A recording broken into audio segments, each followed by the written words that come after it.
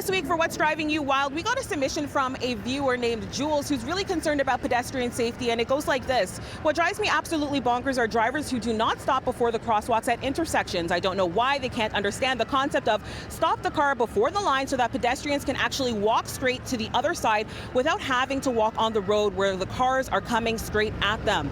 Last year alone, 54 pedestrians were either killed or seriously injured on Toronto streets in collisions involving motor vehicles. Now, one project seeing a massive push forward as a result is the implementation of more pedestrian head start signals across the city. The signals have popped up at nearly 2,500 intersections in Toronto, and it goes a little something like this. All traffic lights go red, the pedestrian walk signal turns on, giving pedestrians a 5-second head start to cross before any driver puts their foot on the gas. I personally like it, but I do find that some vehicles will still go on, not realizing that their light is still red. But as a pedestrian, I like it.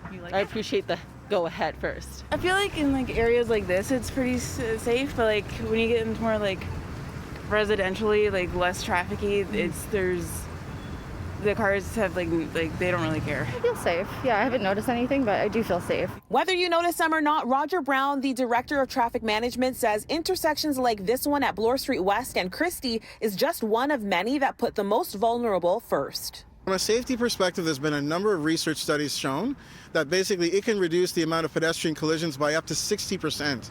We've seen a marked reduction in terms of pedestrian collisions around the city, although admittedly a significant part of that may be due to COVID-19.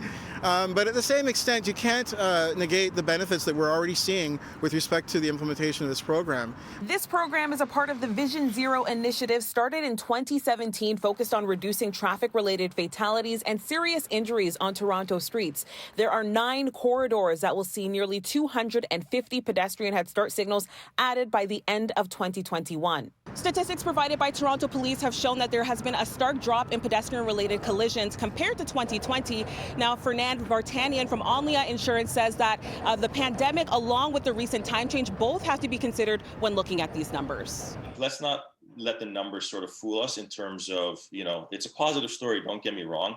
But the fact is that there just hasn't been as many vehicles and people out there. The spring forward causes drowsiness, and the drowsiness is the equivalent of almost being under having a blood alcohol level of 0.05. People don't necessarily know that, and as you know, 0.05. If you're sort of caught with that blood alcohol level, you actually lose your license for 3 days.